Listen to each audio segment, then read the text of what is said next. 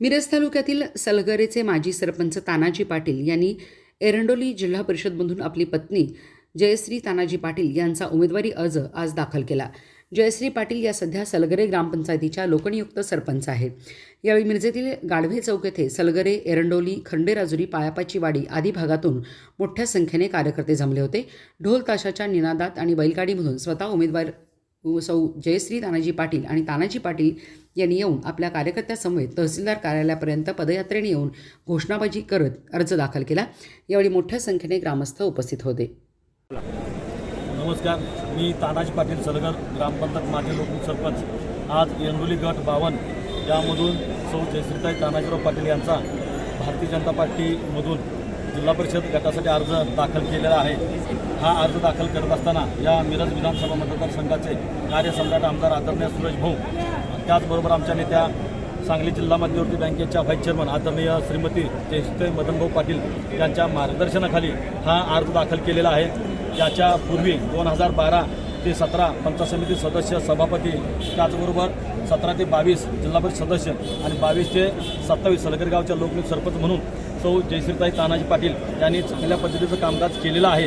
आणि या विकासाच्या जोरावरतीच गेली 25 वर्ष सलगर गावची ग्रामपंचायतीची सत्तासुद्धा आमच्या ताब्यामध्ये आहे। त्यामुळं आम्ही दाम्पत्याने सलगर गाव म्हणजे आमचं कुटुंब, किंबहुना एरंडोली जिल्हा परिषद गट म्हणजे आमचं कुटुंब असं समजून सातत्याने या विभागामध्ये विविध योजनेच्या माध्यमातून विकास कामे केलेली आहेत। भारतीय जनता पार्टीच्या माध्यमातून आदरणीय सुरेश भाऊंचं तर फार मोठं काम आहे, डोंगरावर काम आहे। त्यामुळं येणाऱ्या जिल्हा परिषदला या ठिकाणी सांगली जिल्हा परिषदेवरती भारतीय जनता पार्टीचा झेंडा फडकल्याशिवाय राहणार नाही।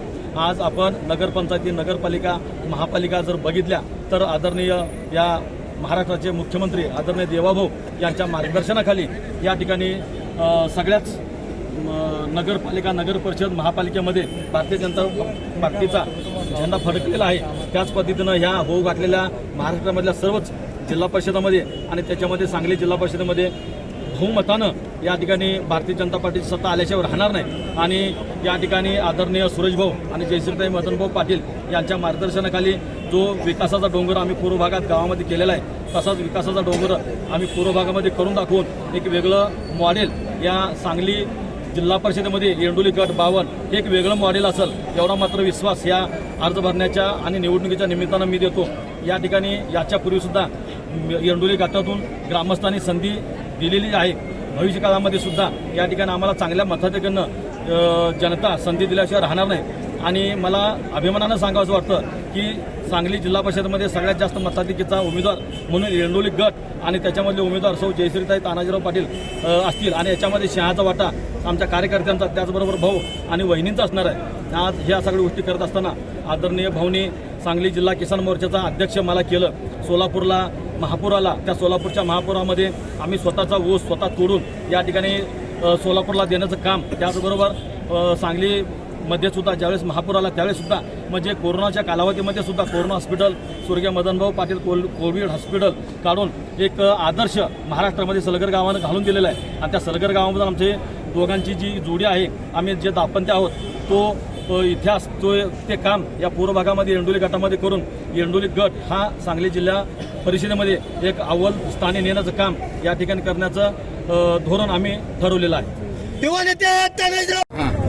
नमस्कार, मी जयश्री तानाजी पाटील, एरंडोली जिल्हा परिषद गट क्रमांक 52 मधून आज जिल्हा परिषदसाठी मी अर्ज दाखल केलेला आहे।